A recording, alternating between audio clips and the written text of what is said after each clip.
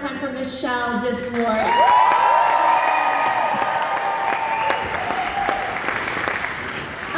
She's so funny. She's got all of the tea. We're scented candle friends, not drugs friends. But it's so amazing to be out here up north, seeing you. I really feel so privileged. Thank you for coming. Thank you for trusting each other to come to a live super spreader event like this. It's really cool. Now, it's really weird, I think, for comedians because we were locked up for 18 months, no jokes. And then they've let us out, and they're like, hey, the world's teetering on the edge of dystopia. Everyone's man is dead. Go.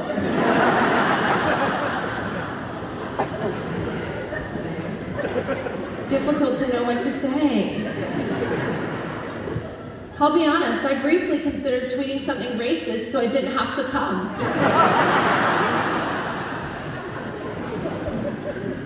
Michelle's like, don't vibe, it ain't worth it.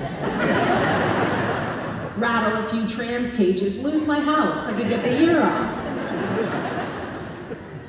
My life has changed. I've had to rebrand in a pandemic. I know. I used to go out along this nation and empower a generation of young feminists, single moms, anyone who felt like an outsider. I would say, you can do it all by yourself. And then I cashed in those woke chips and married a straight white Tory. He's not a Tory, but is not a Tory. Watch out, ladies, they get to be about 40. I think it's the pandemic, you know? He's downloaded a few right-wing conspiracy podcasts. I know, I walk past his room, I can hear David Icke's voice. I keep it moving. And we got married, and I never wanted to do that. I really didn't, because married people are terrible ambassadors for themselves. A lot of losers are married. Bill Cosby is married. Hitler briefly married. Pierce Morgan married twice. And I didn't want to get married, but I met my high school boyfriend again after 20 years apart. Oh, I know. Everyone thinks it's an adorable story. Is it? You didn't have to bang all those losers in between.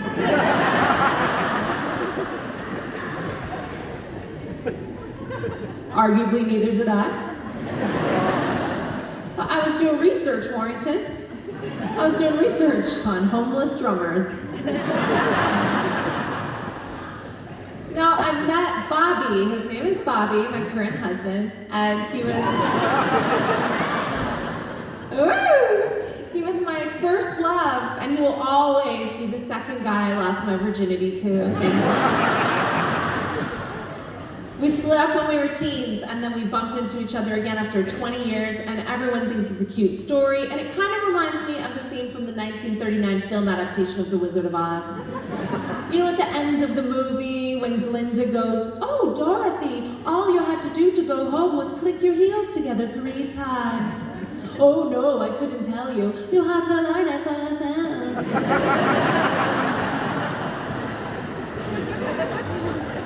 I would have punched that bitch in the throat. Like, what? So you mean I was transported from my home in Kansas by a fucking tornado, deposited in Oz, where I had to navigate a field of deadly poppies, fight flying monkeys, and travel around with 3 pedos. You could have told me how to get home, but you chose not to, and you call yourself the good witch. Fuck you. And I thought, well, I don't want to marry this man, but I love him so much, so I'll have him come to London. But then, of course, I got immigration on my dick about it. Where's this going, Catherine? What's your plan? And it was late 2019, and I thought to myself, well, I'll be out of the house a lot.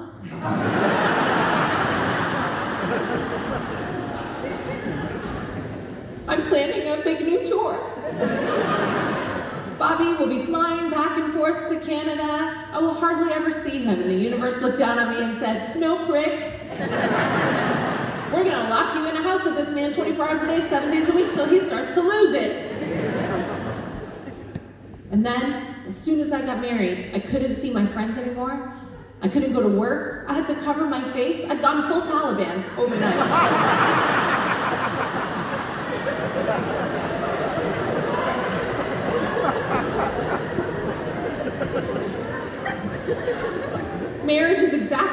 thought it would be. And we've only been married a short while, so I love him so much, so far. But I know what it's like when you've been together long. Well, people warned me.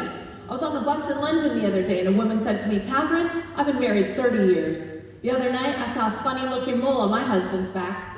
Decided not to tell him.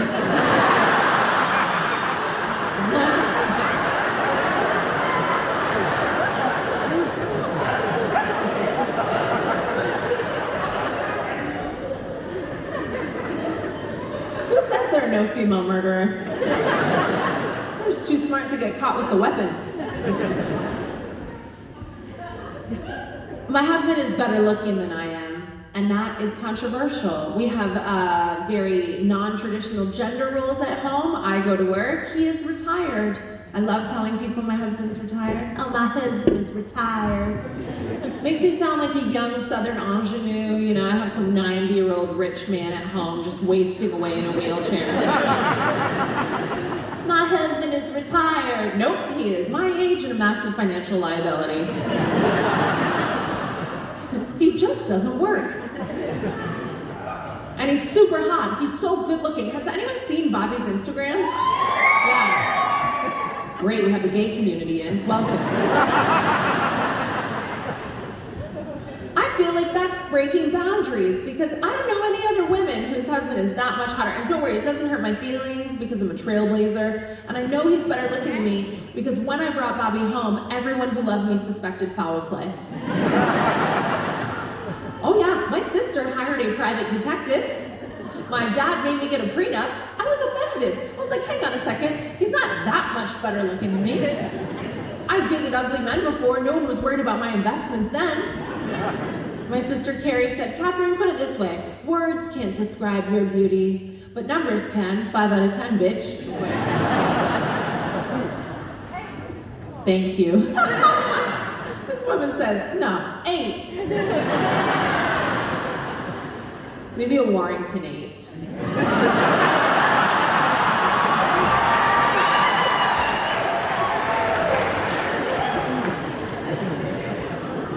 I'm a Manchester 9.5. No. Look at you gals, you're always dolled up in the north. I just have like little limp toddler hair. You have a beautiful headband on. You look so glam. Is there an occasion, ladies? You just out, girls night out. Just out, just me, babe. Oh my God, look at your little short skirts. I can see what you all had for breakfast. I love it. Woo! All for me. You can see how I got Bobby K. They love it. Welcome, ladies. Are you all together or are you in like little satellite girl groups? 2, 2, 2. You guys fucking. Didn't you get the memo, babe? You're supposed to come with a gal pal. And you've brought a man. Yeah, switch seats. You, sir. Out. I thought you were giving me the finger for a minute. No, you were showing me that you are a Mrs. as well. Congratulations. When did you get married? Oh, 7 years. 7 years ago. Oh, sir, you need to see a dermatologist. Don't trust her to flag any funny-looking shit. Do you still love him after 7 years? Yeah, you do. Oh, that's so nice. And you, sir, what's your name? Pardon? Steve. Steve? Steve.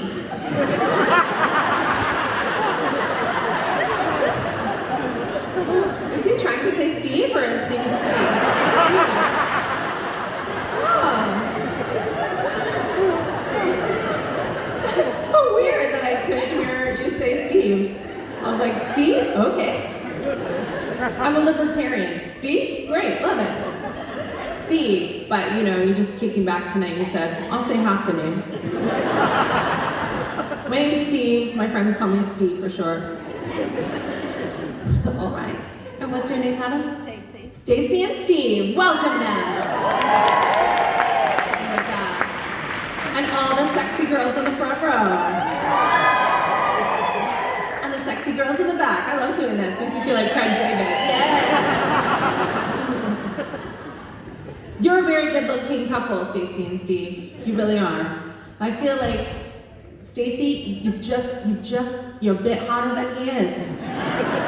Just a bit, if I had to choose, you know, and that's the way I always see it. I see a beautiful woman, stunning figure, gorgeous hair, luminous skin, radiant. Stacy is hot. You can't see her because she's in the front, but how do you think she got to the front?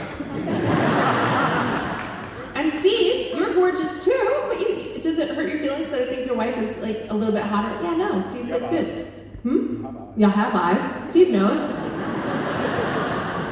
Good. For me, though, it's a bit odd. Bobby is so pretty, but I mean, I don't want to make any assumptions about you, Stacy, but in my case, Bobby, it's not that he's not smart. It's not that at all. I think we just have cultural differences, because Bobby is from the very small Canadian town that I grew up in, but he never left there. And I've been here with you for 15 years, so thank you for having me. But so it was weird though. So when I brought him to London, he could not understand anyone's accent at all. He couldn't understand a London accent. He couldn't understand any regional accents. We had to watch Love Island with subtitles, that is true. He would come home agitated. He'd be like, the neighbor Jim yelled at me. I'm like, he didn't yell at you, he's from Belfast.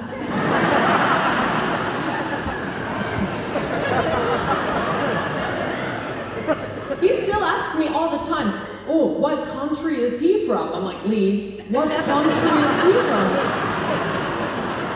Essex. What country is he from?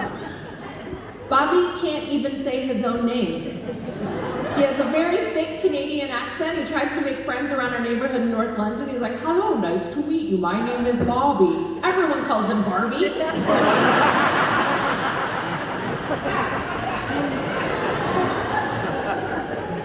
He's home all day, so he collects the posts for me, and they'll say, what's your name, mate? And he's like, my name is Bobby. And they give him a ticket, B-A-R-B-I. Why do they do it?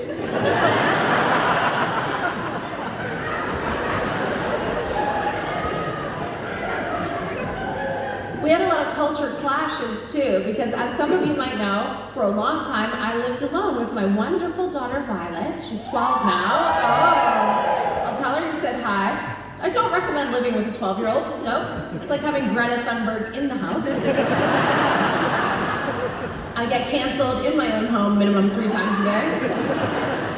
Oh no, Mummy, you can't do that. You can't say that, Mummy. That's not cool. That's not woke, Mummy. No, you can't. Violet made me be a vegetarian, and I thought that was a wise choice. I was a vegetarian for about a decade. Bobby comes along, he smokes.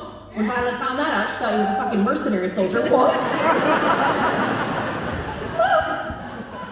And he brought chorizo in one day. She saw me eating it in the kitchen. She's like, Mommy, why? You're a murderer! I had to tell her, I'm sorry, darling, dick is a gateway meat.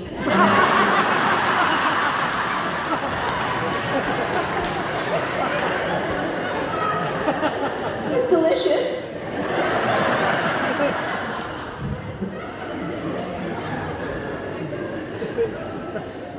Well, when I first brought Bobby here, he had never seen halloumi before in his life.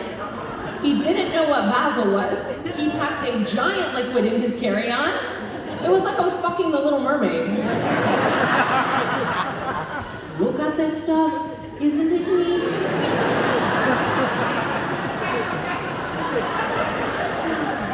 Where do you keep all the cheese and the meat?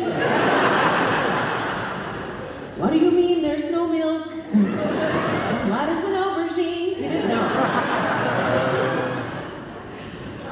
It was very weird. And then he started falling asleep at 5 p.m. every day. 5 p.m. A man who doesn't have a job was tired by dinner time, and I thought, oh my gosh, something's wrong with him. We went to the doctor. He had several tests. He was officially diagnosed with foreign language exhaustion.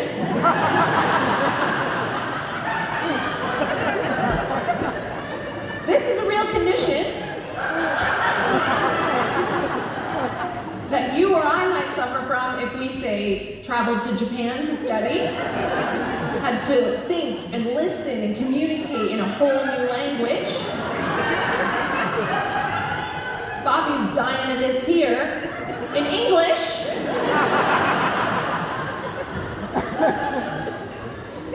Everyone's speaking English, Barbs.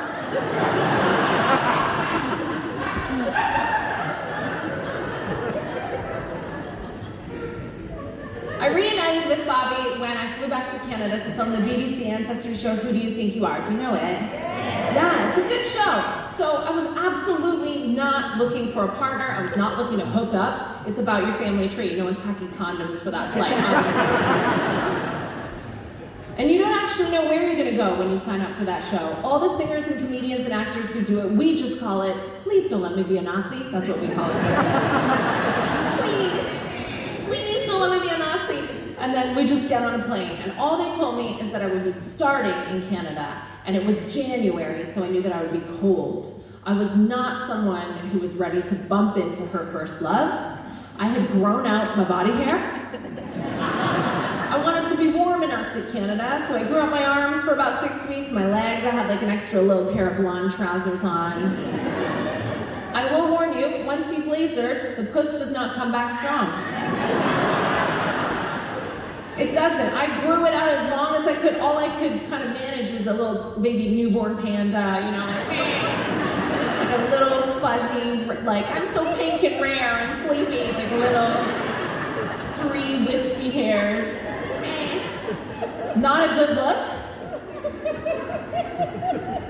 Not a good look. I hadn't even showered. I got straight off the plane, went to a pub with my sister. Cabin puss. You know what it's called.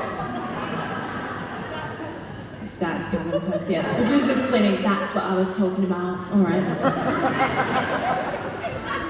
My sister Carrie encouraged me to come to the pub with her for a drink, and you're not meant to let alcoholics drink alone, so I said fine.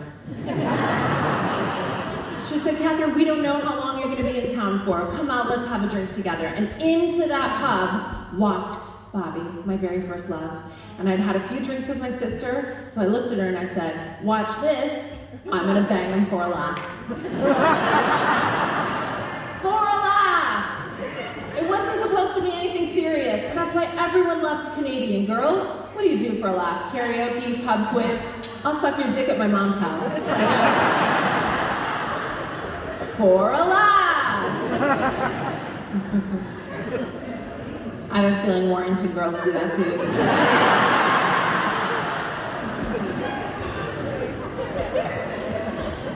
You're not allowed to snitch. You're not allowed to do this. She does.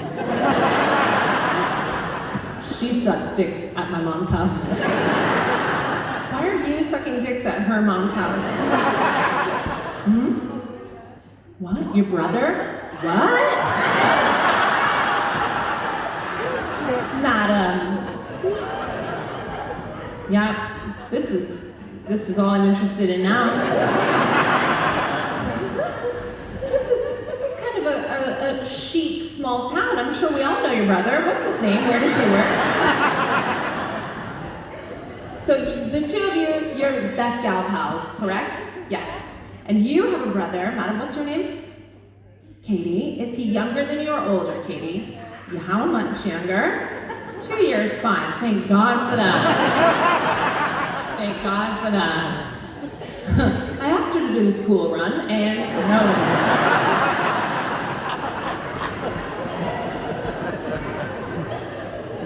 And your best friend, you're called? Heather and Katie, beautiful girls on a Thursday night out, I love it. Heather, what inspired you to suck her younger brother off?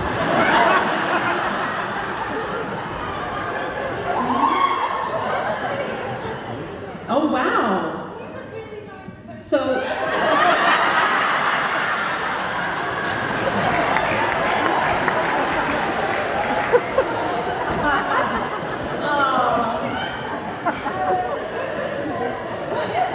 I love this. Inish? Yeah. Pardon? Oh, I see. All right. So, I'll tell you, for those of you who can't hear what's going on here, it's a beautiful story, really. The Housewives of Cheshire can't compete with this. So, in a show of true friendship and sisterhood, Katie has defended Heather and said, she's not the only friend of mine who's sucked off my brother.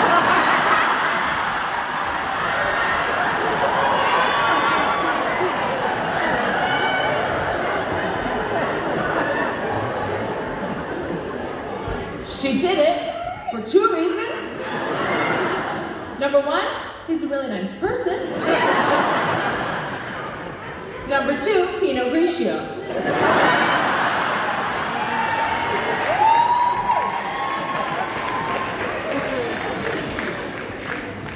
Do you happen to be officially a defense lawyer? Because that is an airtight excuse. Your Honor, my client did what she did because number 1, Pinot Grigio, I rest my case. How many of your friends have vasectomy? Do you have a photo of it? He's just a nice person, I know. Okay, Warrington's small, and his dick is huge. Yeah. And look at these, there's some like innocent, these ladies want to meet your brother. I love that there's some innocent young men directly behind you. I assume neither of these are your brother. No. How old are you? 21 and? 21-year-old, and they're just listening like, what?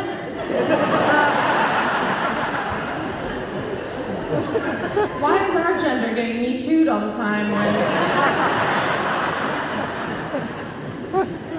the real predators seem to be the white women on the white wine?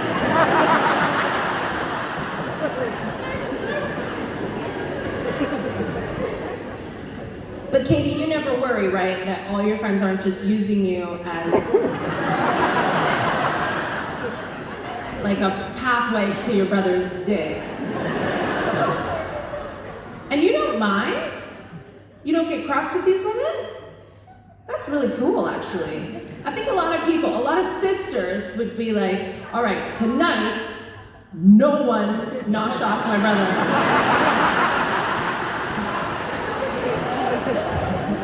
It's my birthday, and it's Dad's turn. You've been totally ignoring my dad, the original penis of the household.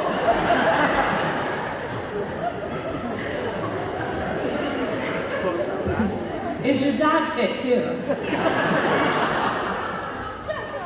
Your stepdad, yeah. I love a stepdad. We're all going to Katie's house after the show. It's like freaking Dream Boys over there. This is crazy. What is this place?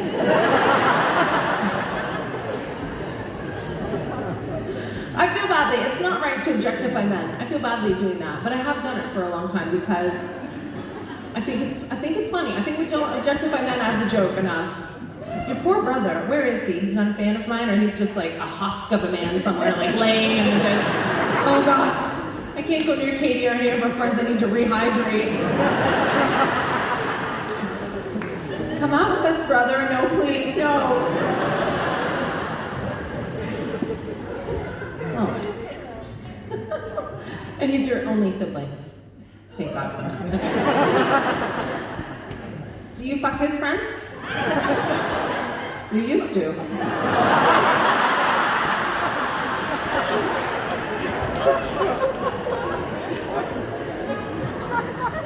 Are you the mayor of Warrington?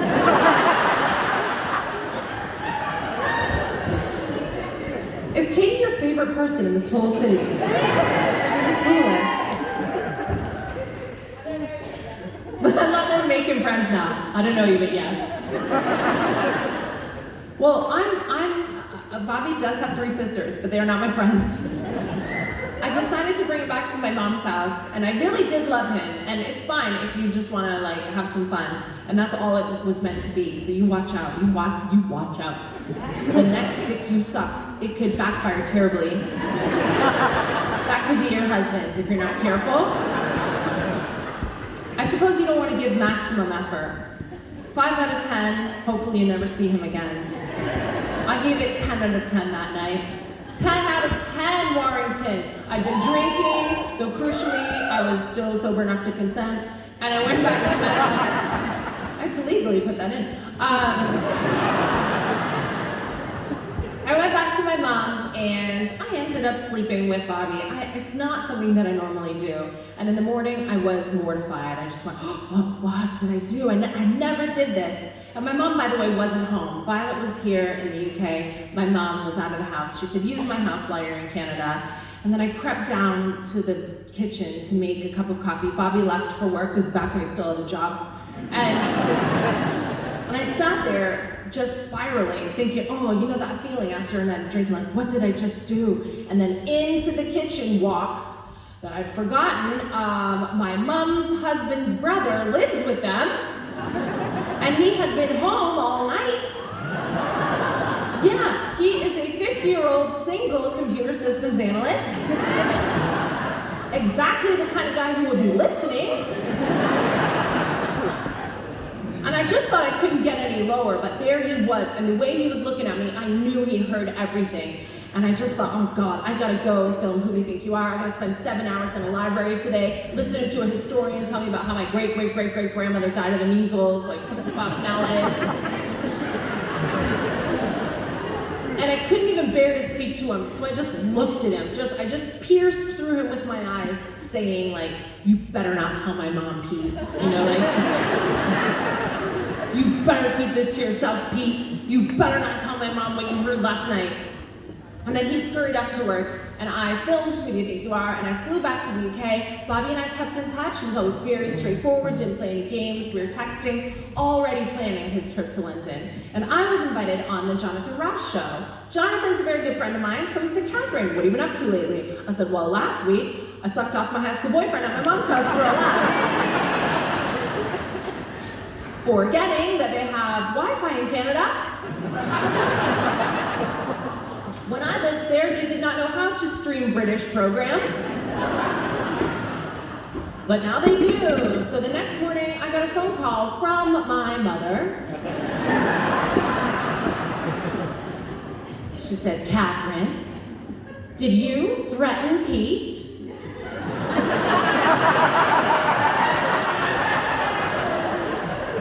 I clutched my pearls. I said, no, Mother, no. I would never threaten Pete. How dare you ask me such a question? Why?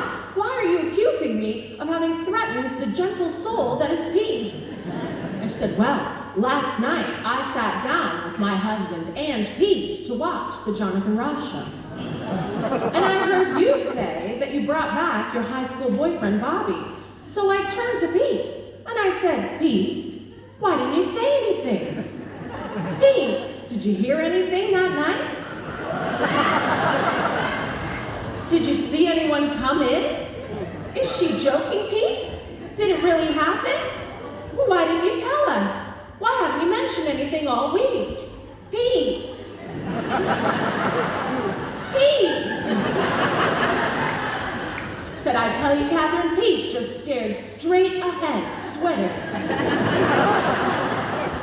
I've never seen Pete look so horrified. So I ask you again, did you threaten Pete? And I said, Mom, I can hear Pete wanking all night.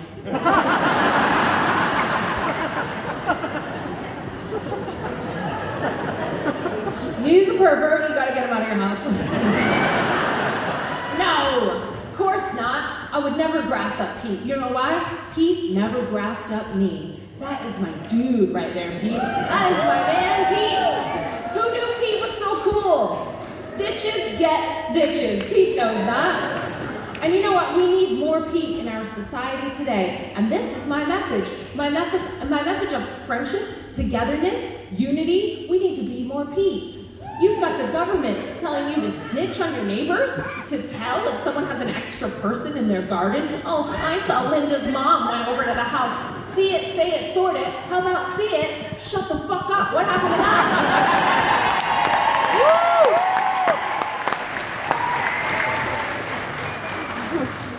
Stay safe, but crucially, protect each other. Not like Katie snitching on Heather for sucking up. You need to be more Pete, Katie. You see someone going down on your brother, you don't tell your mom. I told you. No, I love Pete. It's tricky. What's the if I can ask, what's the COVID vibe in Warrington? It's a bit tense. Yeah. Well, it's a town meeting now. I like it. The reason I ask is that I think people bottle it up. People don't want to say anything because they don't want to offend someone else, they don't want to be excluded, ostracized from any circles. And I feel like that's very sad because I miss the days when you could ask a question without being criticized, when you could have an opinion without being criticized. That's what comedy is all about. And currently, two of my sisters, thank you, one person, currently, my two sisters aren't even speaking over the COVID thing. They really aren't. My one sister, Joanne, she's on the west coast of Canada, and she is very anxious about COVID. Joanne is like triple masked, visor, she's had all the vaccines, the booster. Joanne's over the top. Like, she would take a vaccine for testicular cancer if you offered it. Joanne's like, oh my God, COVID's gonna get me, COVID's gonna get me, COVID's gonna get me, God bless the government, God bless the vaccine rollout. I'm like, Joanne, your neighbors are bears.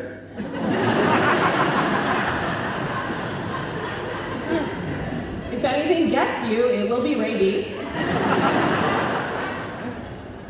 But she's entitled to feel that way. She will not speak to my other sister, Carrie. Carrie lives in Toronto. She's the fun one, but she she's suspicious. She feels like a group of people might be trying to sneak a chip into her body so they can follow her very boring life that she uploads to social media for free.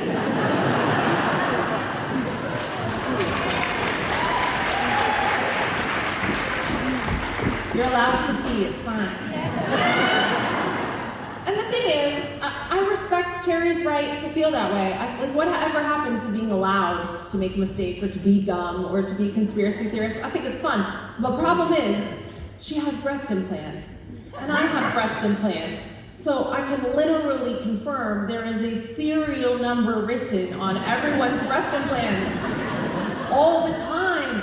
But you never hear a conspiracy theorist glamour model, ever. You never hear like, oh my God, Tracy. No, I think he's chipped my tits, babe. I'm not joking, Tracy. Bill Gates is single now. I think, no, every time I take my top off, my Microsoft Office updates. I don't know, I think he's tracking me, Trace. Oh my God. Tracy. But you should be able to ask a question without being called anti-vax. I'm certainly not anti-vax, though I am anti-vax. It's a drag character that I do on Wednesday nights. Ooh, anti-vax. She's smarter than every virologist on this flat earth. Anti-vax. Anti-vax is very active on Facebook and won't put any poison into her body. Anti-vax checks in at Greg's. Anti-vax. Anti-vax is anti-abortion, but feels like the mask mandate is a violation of her personal rights. Anti-vax. First name Karen. Anti-vax. Karen Vax. Her name is Karen Vax. Do we have anyone called Karen in Warrington tonight?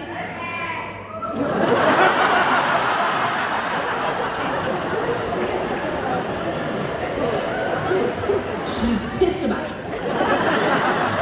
Yes, it's been a rough meme. Are you guys familiar with the Karen meme? First of all? Yeah, so it's really annoying. It really pisses me off, actually, because the Karen meme is just a new way of making fun of women, of diminishing women, of silencing middle-aged women, an already very marginalized demographic.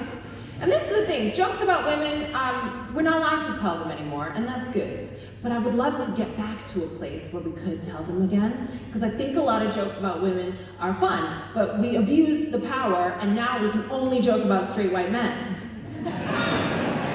Steve, you identify as a straight white man, right? Yeah, that's the quickest pee of all time. You are not wearing knickers, we know that. Steve, do you feel like you get attacked as a straight white man? No, you haven't had like a rough couple of months? Do you feel any guilt about being a straight white man? Yeah. Does he? Stacy feels guilty? Because my husband says this to me, it's really good to have a straight white man in the house so I can study him at close range. And he says to me, Catherine, why should I feel guilty for being a straight white man? And I say to him, Bobby, Steve, you don't have to feel guilty for being a straight white man. You just have to acknowledge that maybe you walk through the world differently to some other people, that's all.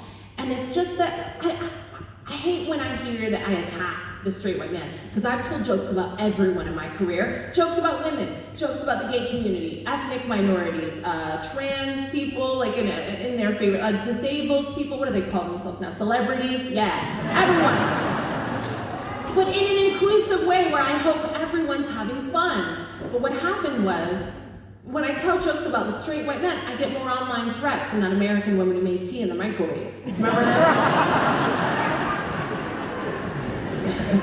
You guys brought anthrax back for her. It was a meme, it was like a mommy blogger. She put a mug of water in a microwave till it was tepid, brought it out, dunked tea in a few times, was like, ta-da! And this country went mental. No! That's what happens when I joke about the straight whites, Steve. And it hurts my feelings. They call off calm, they're like, hello, that nasty American woman said I was confident on the BBC. But I feel like, unfortunately, the straight white man, you just gotta take it on the chin for a while. It's just your turn, that's all. It's just your turn. And the future of comedy depends on you. Because if you could just take those jokes and not be such a little testicle about it, then the rest of us can achieve a little bit more equality, close the wage gap, stuff like that. And when that happens, we can joke about everyone again. Won't that be fun? Yeah! You won't always have to look over your shoulder and wonder whether you said the wrong thing in a meeting. It'll be fine to say everything again. Steve, do you know any jokes at the expense of women?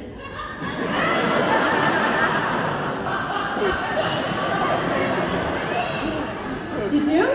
Go on. Tell us one, Steve. It's a safe space, exactly. Stacy, does he tell some good jokes at home? Look, everyone's behind you. Everyone supports you, Steve. Come on, Steve. This is definitely not a trap. Go on. All right, so hang on. He's ready. Why do women have small feet? Why do women have small feet? Why? So they can reach the sink.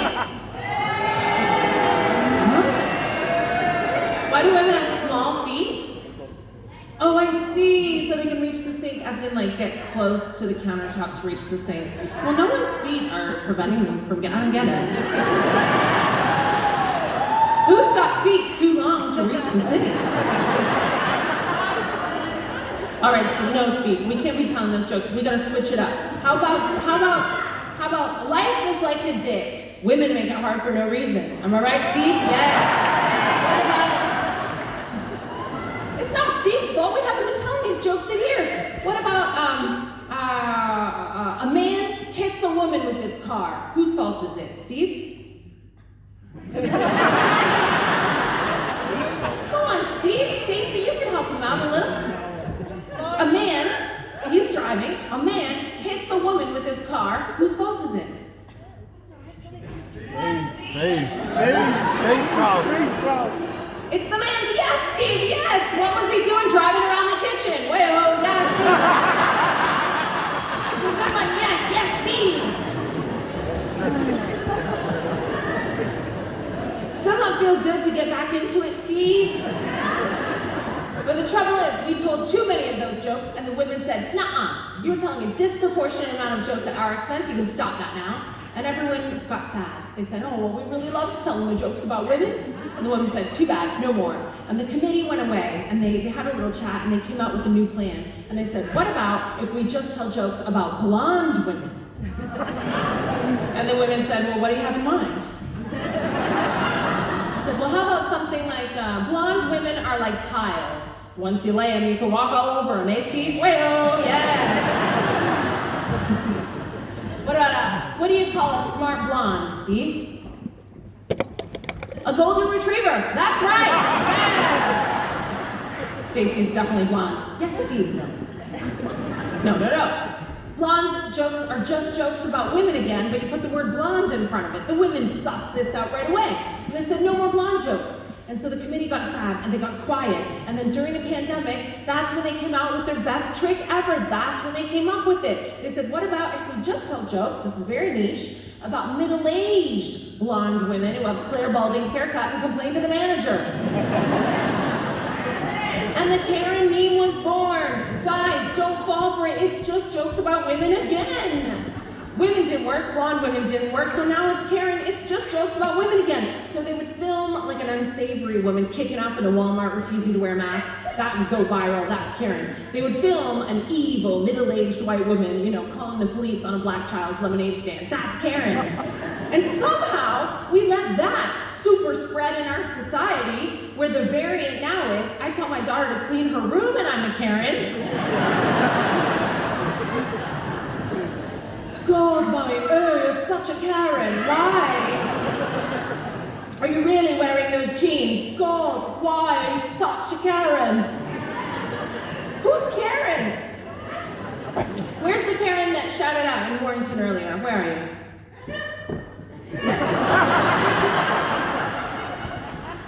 Across the road at City Hall, changing her name. Karen, are you still in?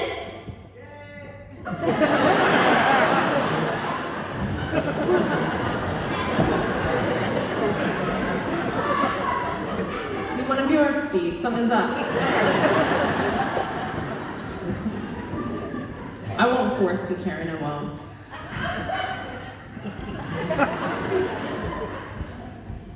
Don't put up with it anymore, Karen. That's all I mean to say.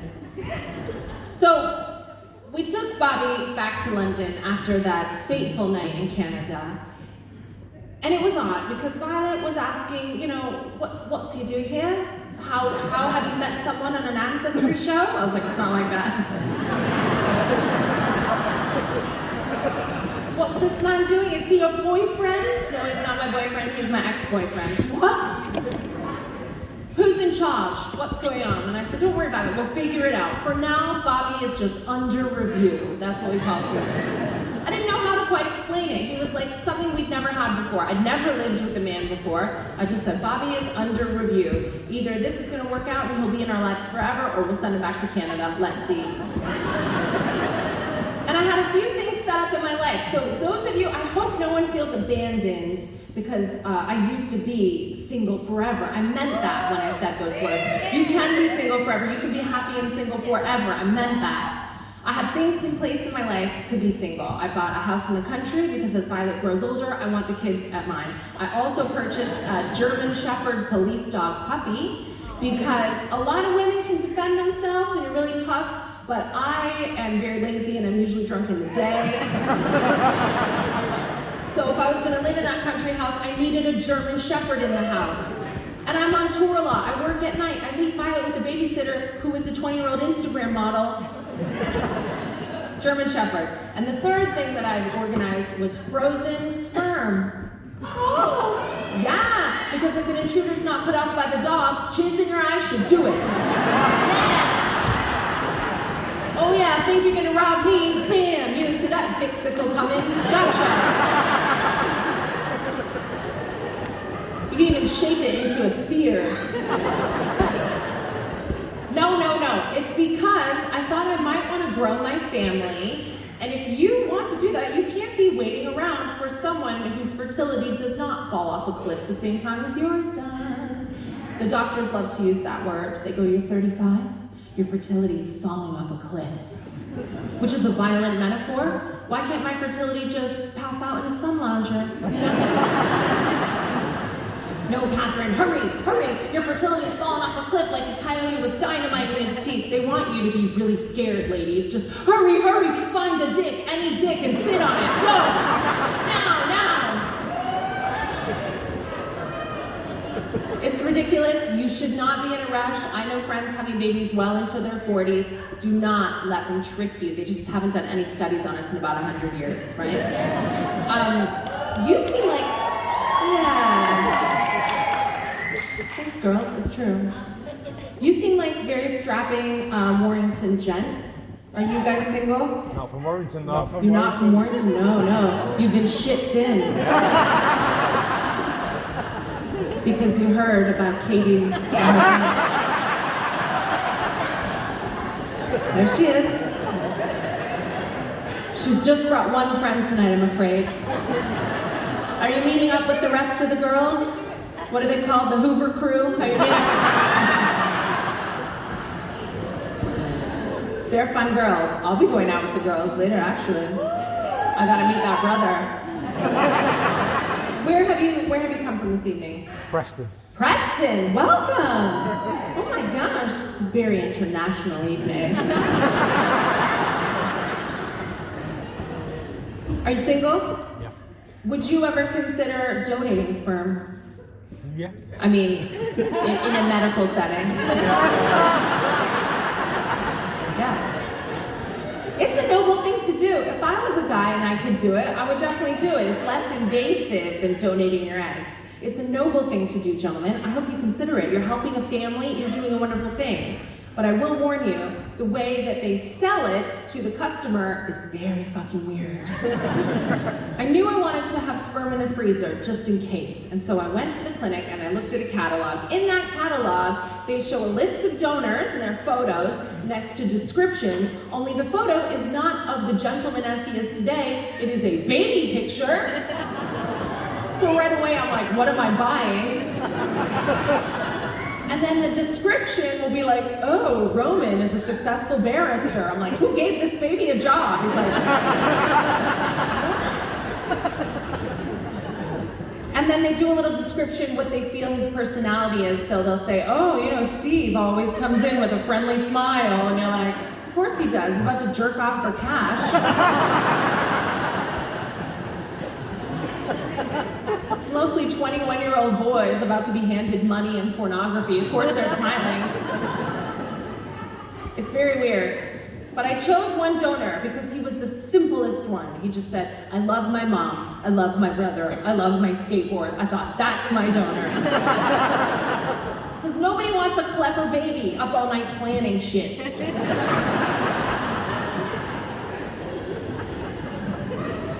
But then I met Bobby, and I decided to have babies with him instead. Beware, when you welcome a straight white man into your home, as I have done, sometimes they multiply.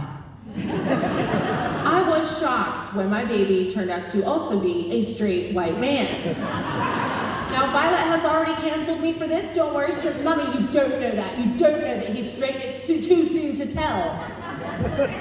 I can tell he's straight by how he reacts to my tits, actually.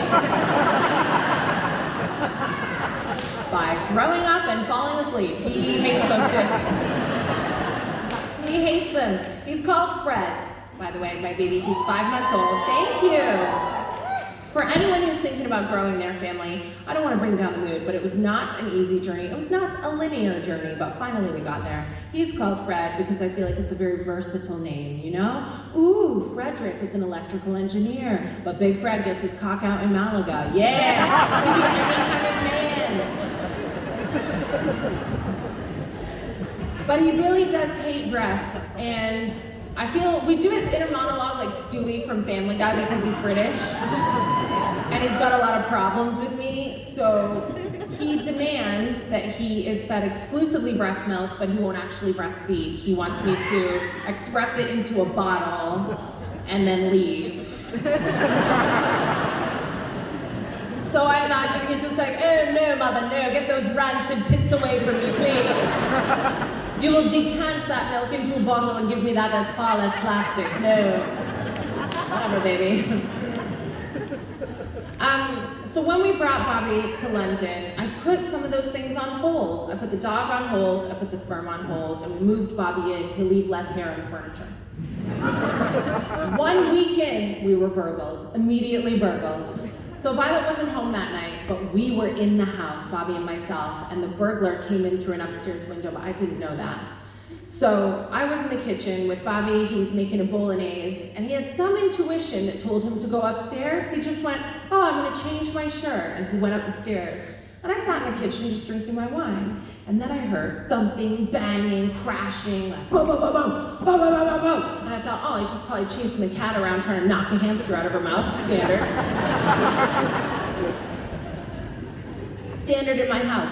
And then I heard his voice, and I heard another voice, I'm gonna fucking kill you. And I thought, whoa, the cat's changed. So I slowly, with no shoes on, wine in one hand, phone in the other, glided toward my front door. I opened the front door, and I dialed 999 on my phone, but I didn't hit send. I just got the nines ready, you know? And then I waited by the door in case I needed to make a quick exit, and I looked up the stairs for instruction. As I looked up the stairs, Bobby, shirtless, came flying down those stairs. Like flying down. I've never seen him run that fast in my life. And he played football in Canada, he was fast. He ran so fast and he said, there's someone in the house. And then he ran past me out the door.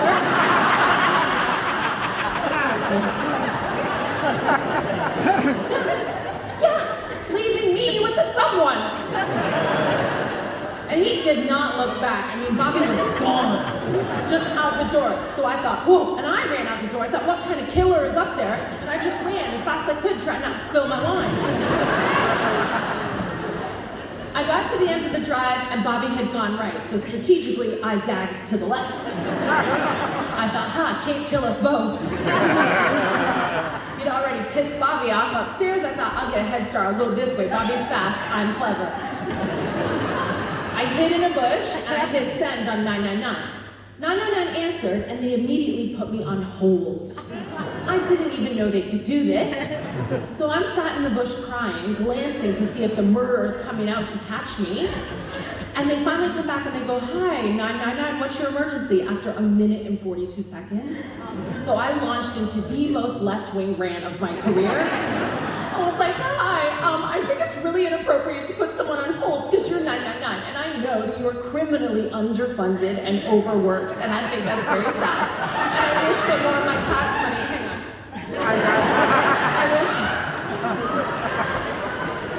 I went full Karen on their asses. And then I was distracted by a gay lover's quarrel down the road. In the middle of the street, I could see a young gay hunk wearing a gimp mask. Underneath, another hunk was shirtless. And as I got closer, I was like, Barbie? It was the shirtless Bobby wrestling this man in the street. Now, what had happened that I didn't realize at the time is that when Bobby went upstairs, he and the intruder surprised each other. They had a wrestle. He eventually captured him, chucked him out our first floor window, which you're not even allowed to do. You can't even kill a man in your own house, Steve. Did you know that? So he threw him out the window and he watched which way he went. And then when he ran out the house, he was running in pursuit of the burglar, not from a killer, as I had thought. So when he said, there's someone in the house, he should have said, there was someone in the house. English, Barbie. Foreign language exhaustion.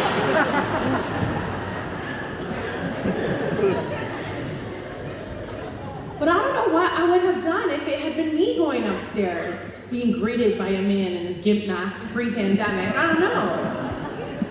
That night, Bobby solidified his position as protector of our family, and he has never regretted hiring that burglar a day since. Really good choice. One hard night of graft. He never has to work again. Maybe he's not so silly after all. And then when I was expecting Fred, it was tricky. I didn't tell anyone because we'd had some complicated journey to get there. And then when I finally did tell people, everyone said the same thing. When I revealed my pregnancy, everyone went, we knew it! Which you're kind of not supposed to say. Didn't we learn that when Philip Schofield came out on This Morning? If you have a young daughter who's brave enough to introduce you to her same-sex partner, you're supposed to be like, great, cool, nice to meet you. You do not wheel out a pre-baked rainbow cake and go, told you, Charles. Yeah, let people reveal to you their personal information. But it was weird for me because I didn't know that it was going to go ahead. And then when it finally got to be like time to have the baby, I started thinking about when Violet was born. Violet was born at a completely different time in my life. I was 25. I was very financially insecure. I was not in a good place with her dad. I was very vulnerable. I was in a country where nobody loved me. And I had contractions, so I went to the hospital alone. And I said, I'm having a baby now, please. And the midwife, and I love midwives, I want to be a midwife in my next life. She said to me, but, are you a midwife? Oh, you love me now. I know that, thank you. She said to me, you're not having a baby now, take a paracetamol and go home. I love midwives, and I know there's not enough room in the hospitals, but I definitely was having a fucking baby that night. And I ended up having her nearly in a mini cab. Do you little 21-year-old guys, do you even know what a mini cab is? No, you don't, you're too young. It's like an Uber, but without a sat nav, without a steering wheel, without a CRV check. It's just like a random vehicle driven by a criminal. Yeah, my daughter was nearly born in one of those. What is it with this country and paracetamol, by the way? You guys love paracetamol. Hurt your leg, paracetamol. Your head fell off, paracetamol. So I had Violet, no drugs, in a really chaotic environment. And this time, I thought, it's gonna be different.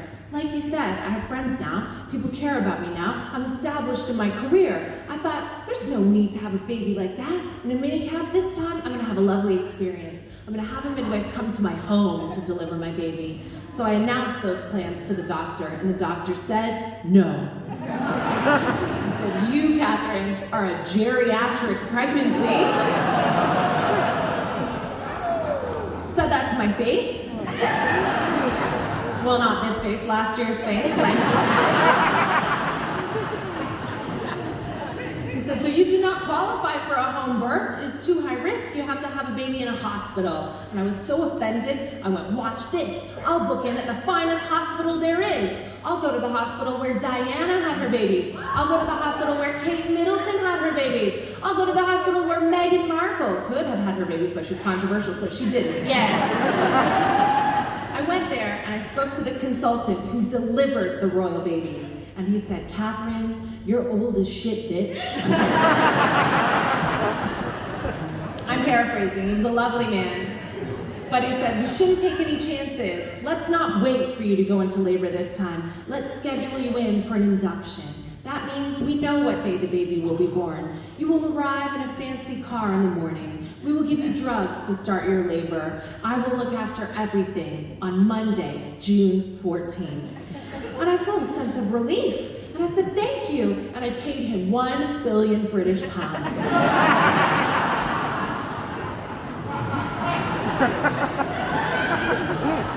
And I said, well, will there be drugs? And he said, Catherine, let me introduce you to my colleague, an anesthetist. And he opened a menu of drugs. A menu of drugs. He was like a sommelier of drugs. They had heroin, meth, everything. Oh, Michelle, you should have been there. He had a great... I said, give it all to me on the day, and I paid that man 1 billion British pounds. And they said, Catherine, let's introduce you to the hospital staff. And the hospital staff were so gorgeous in their little outfits, and they said, Catherine, this is the birthing suite where you and your husband will stay. Yeah, they let your husband stay.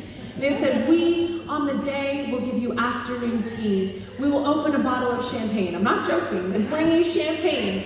And I said, that's fantastic. And I paid them 1 billion British pounds. And then I went home to wait for this magical day, Monday, June 14th. But on Sunday, June fucking 13th,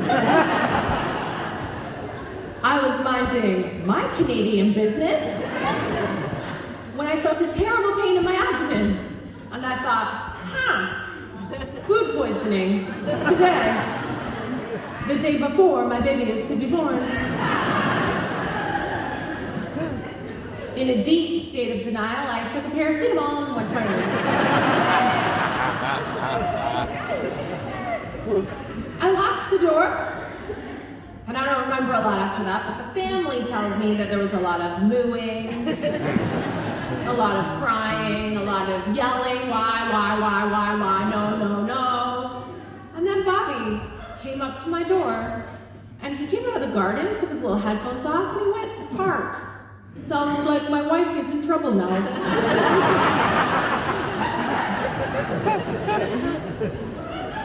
So he tapped on the door and he said, "Oh, hey, babe, I think maybe you're having the baby now. Maybe we should go to the hospital?" And I said, "I'm not going anywhere with you." All of a sudden I had standards. No. I said, "You're wrong, Bobby, I'm having the baby tomorrow." And he said, "Okay."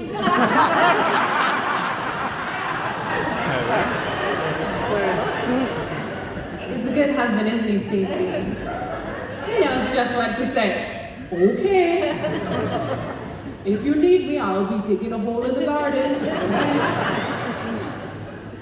And then Violet heard the noises as they intensified. As I was basically crowning, she comes out of her room and she says, "Bobby, what's going on? Sounds like my mummy is actually in quite a lot of pain. I think maybe you should do something. Sounds like she might be having a baby. I think something's wrong." And Bobby said, "I don't know what you're saying, little girl.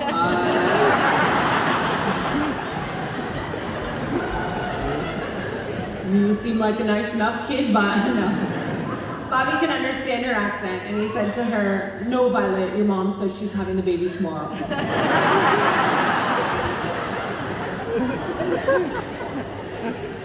But Violet is my one true love. Violet knows me better than anyone else. Violet revealed herself as the leader of our family when she grabbed Bobby by the scruff of the neck and she said, "Bobby, handle your missus."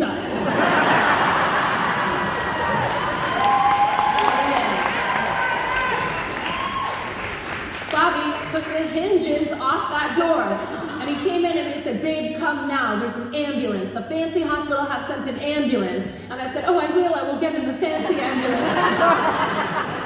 So with Bobby's help and Violet's help, I made it down the stairs to my drive, and it was just my car, no ambulance.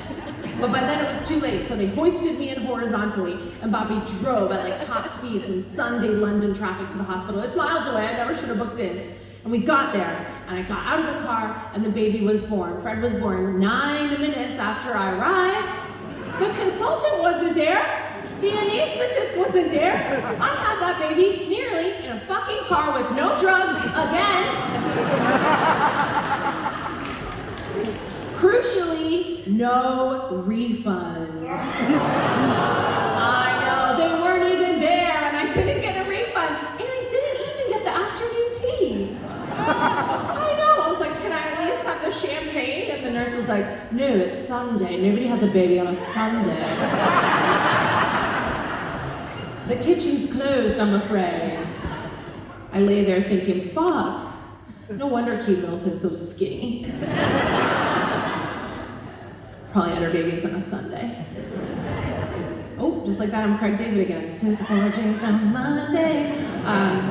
Warrington, that is my story. That is my last sort of year and a half, 2 years of becoming a missus. Give me a cheer if you're missus and you love it. Do you like it? Good. All right, give me, and this is genderless question, by the way, you know, you could be a missus and be a boy. Steve, you didn't cheer. Give me a cheer if you're single and you love it. I love that. And you're probably thinking, you know, Catherine, what the fuck? Like, you told me that I could be single, that single was the best, and now you went and got a husband. Is it worth it? What's good about it? What's bad about it? I mean, what's bad about it is the way out is messy. So I hope it works. And also, what's good about it is, I mean, I met Bobby because I wasn't looking for him, and that sounds so cliche, but if you just move forward with confidence and self-worth and you live your best life, you will have a great time, and you might attract some surprises into your life too. But crucially, I've learned a lot about fate, and I've tried all the time to make my life go this way or make my life go that way. But at the end of the day, even when Fred was born, I tried to do that fancy, and the universe looked down on me and said, "No, prick, you're having another baby almost in a cab." So I think it's very liberating that we don't really have control over a lot, not at all. So all you can do is your best. And a lot of people also ask me, well, what will you tell Violet about men? Like I'm a hypocrite all of a sudden. And I think Madonna answered this question best back in the 90s when someone said to her, or no, the 2000s actually, because Lourdes was born. They said, what will you tell your teenage daughter Lourdes about men? And Madonna said, if I have raised my daughter with the self-worth that I hope she has, I don't have to tell her anything about men. And I love that answer. That's the best answer. It just took me till I was 35 to have any self-worth at all. Because before then I was dating the kind of dudes blind dogs bark at. All I had to do was put my hands together and I love this royal box, by the way. Hi, girls. Pardon? Huh? Oh, you know what it is? They keep laughing after you talk and I don't hear it. I feel like Bobby now. Are you yelling at me? Yes, I found my way home. Shit. Are you some kind of writer? I should put that in at the end. That's a beautiful, like little rounded metaphor. First full circle, yes. What's your name? Leela, welcome. Hi. Do we know Leela in the royal box? Do you know Katie's brother?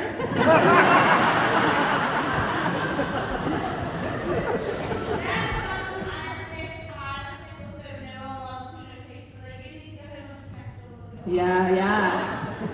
She's single and she wants to be single and she said Katie needs to protect her brother, that's all. Don't worry, I don't think he wants that, if I'm honest. He's not like 18. How old is he? He's what? Oh, he's 35. Leela, don't ruin this 35-year-old's absolute gravy train of cocksucking.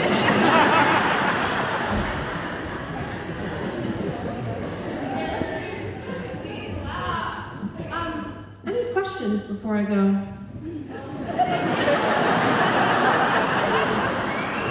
I always ask because I think I've had a lovely, lovely little chat with Stacy and Steve and with the girls, with Heather and Katie and everyone, and that's been lots of fun. Leela's chiped in. I've been very lonely. No one's said anything to me for 2 years, so. Thank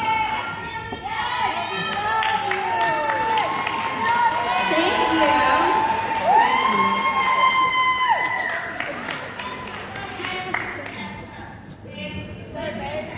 Oh, my dress is from Gucci. Thank you, Leela. I spent the whole wardrobe budget on this dress, so I have to wear it every night.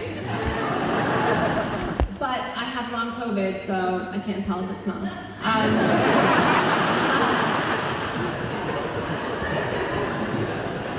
I'll tell you this before I go. I'm not ashamed to have had COVID. It's like a dirty little secret now when you get COVID. Everyone's like, we won't reveal that you had COVID. It's like, why am I embarrassed? Someone gave me COVID. Oh well, I did everything that I could to protect myself. I always wash my hands. I'm distanced from you guys. I wear the masks. I do all the stuff. I'm kind of in between Carrie and Joanne. But I got it. This is why I ask questions. I'm not sure if the tests are as strong as they should be because I had COVID for 4 days before I tested positive. And I hate that you get called selfish if you ask any questions because like what's more likely, someone wants to kill your granddad and take his job at the post office, or they ask questions because they've been traumatized by a wolf-crying shit weasel government. Maybe. I don't trust them. And they gave their friends all these testing contracts. So one day I woke up and I didn't feel very well, but I didn't have COVID symptoms. I didn't have a fever, I didn't have a cough, I didn't lose taste and smell. I just felt like really wiped out, really tired and a bit off. And I said to my agent, I don't feel that well. And she said, well, we're double testing you on this job. PCR test in the morning, PCR test in the afternoon every day. You're very, very, very safe. So in the morning I tested negative, and I said, well, I guess I'm fine. And my agent's like, yeah, cash cow, you get up there and talk to us. I was like, okay. Tested negative in the afternoon. Day 2, tested negative in the morning, negative in the afternoon. Day 3, tested negative in the morning, negative in the afternoon. And I wasn't feeling well. I was like, I'm really, really, really tired. My agent's like, whose fault is that? You had a newborn, bitch. Get out of there. No sympathy at all. Finally, day 4, I tested negative in the morning, positive in the afternoon, and all hell broke loose. They're like, get Catherine out of here, get her out of here. She might make someone else sick. I was like, what?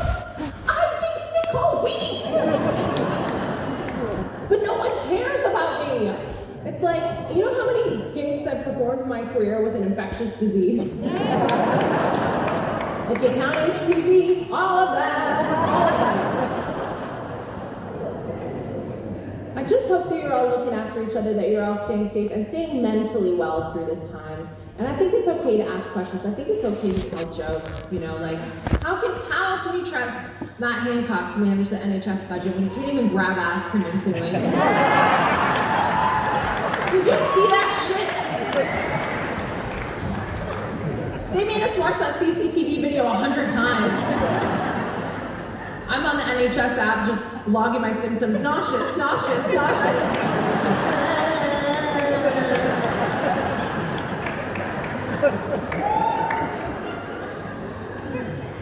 So I do apologize if everything I've said tonight makes less sense than the Kanye West tweet.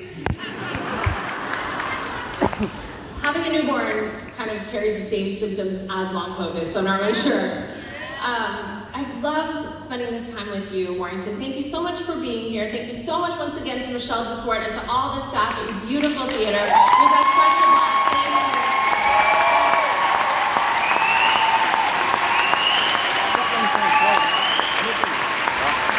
Thank you.